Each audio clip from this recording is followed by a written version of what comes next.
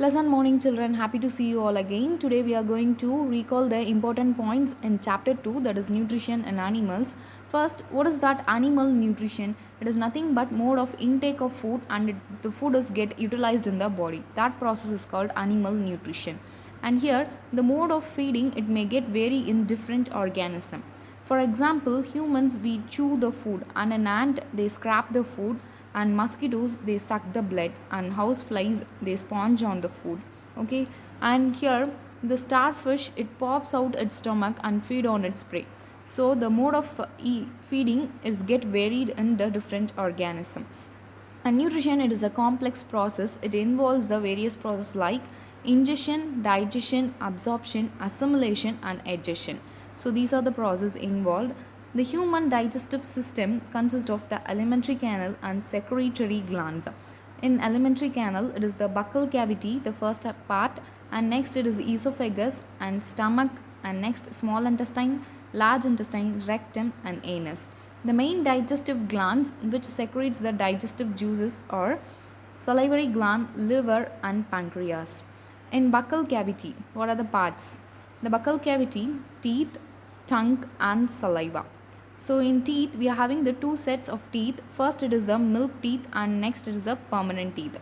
In milk teeth, it is grown in during the infant, and it may fall at the age of 6 to 8, and it is get replaced by the permanent teeth. So this is the permanent teeth till the lifespan. Okay, next it is about the types of teeth. We are having the four types of teeth, that is incisor, canine, molar, and premolar, which performs the different functions. Incisor it is a cutting teeth, and canine it is a tearing teeth used to tear the flesh, and molar and premolar it is for grinding the food. And next is about the saliva. Saliva is secreted by the salivary gland, which helps in breakdown of the complex food. So the saliva, the enzymes present in the saliva breaks the complex food. Okay, and the tongue, it is a muscular organ. It helps in mixing of food with the saliva, and it helps to sense the taste of the food by the taste buds. And next part, it is esophagus. It is also known as food pipe, which runs along the neck and the chest region. By the peristaltic movement, that is by the wave movement, the chewed food passes the food pipe and reaches the stomach. In stomach, it is the J-shaped bag-like structure, and the walls of the stomach is lined by mucus. It is to avoid the action of hydrochloric acid. And secretions are hydrochloric acid, mucus, and the digestive juices. These are the secretions of stomach. And next is about the small intestine. It measures about 7.5 meters, which is highly coiled. And here about liver, it is a reddish brown gland which is present right side of the abdomen, and it is the largest gland which secretes the bile juice, and it is stored in the gallbladder. This bile juice it acts on the fat, and it digests the fat, and which is broken down into the fatty acids and glycerol. And next a digestive gland, it is the pancreas. It is a large cream colored gland which is present below the stomach. And next is about the inner wall of the small intestine. Here you can able to observe the thousands of finger like outgrowth. It is called as villi, and villi it is fully supplied with the network of thin and small blood vessels, and this performs the activity, that is absorption. It absorbs the nutrients from the digested food. And next is about the assimilation process. The absorbed substance are transported to different organs. That process is called as assimilation. And next is about the large intestine. So large intestine it measures about 1.5 meter, which is wide and smaller than the small intestine. It is very smaller than the small intestine. And next is about the function of large intestine. And here it absorbs the water and salt from the undigested food which reaches the large intestine, and the remaining waste from the large intestine it reaches the rectum, and the fecal matter is removed through the anus, which is the last part of the alimentary canal. So this process is called as digestion. The waste is get eliminated. So this is about the digestive system in human beings. And next we are going to discuss about the grass eating animals. So what are the grass eating animals? For example, cow, goat, deer, and elephant. So these are called as ruminants.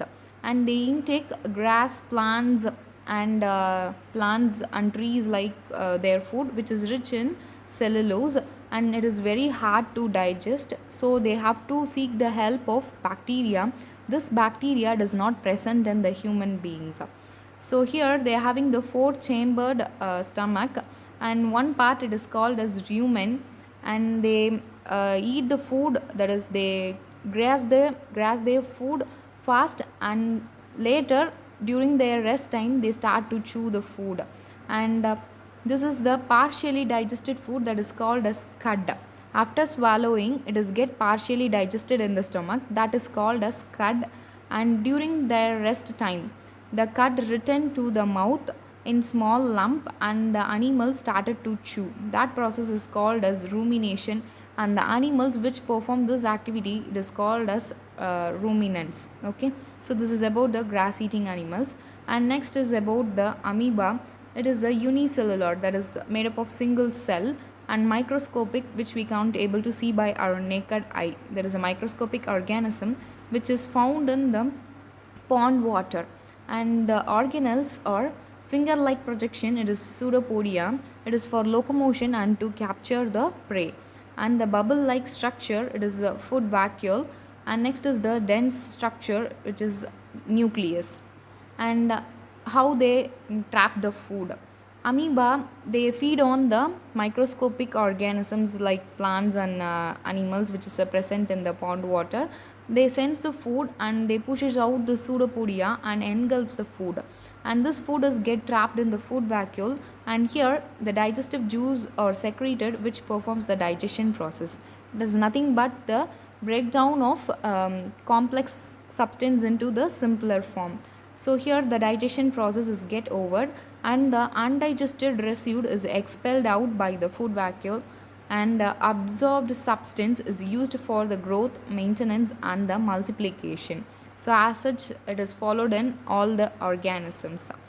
Thank you children.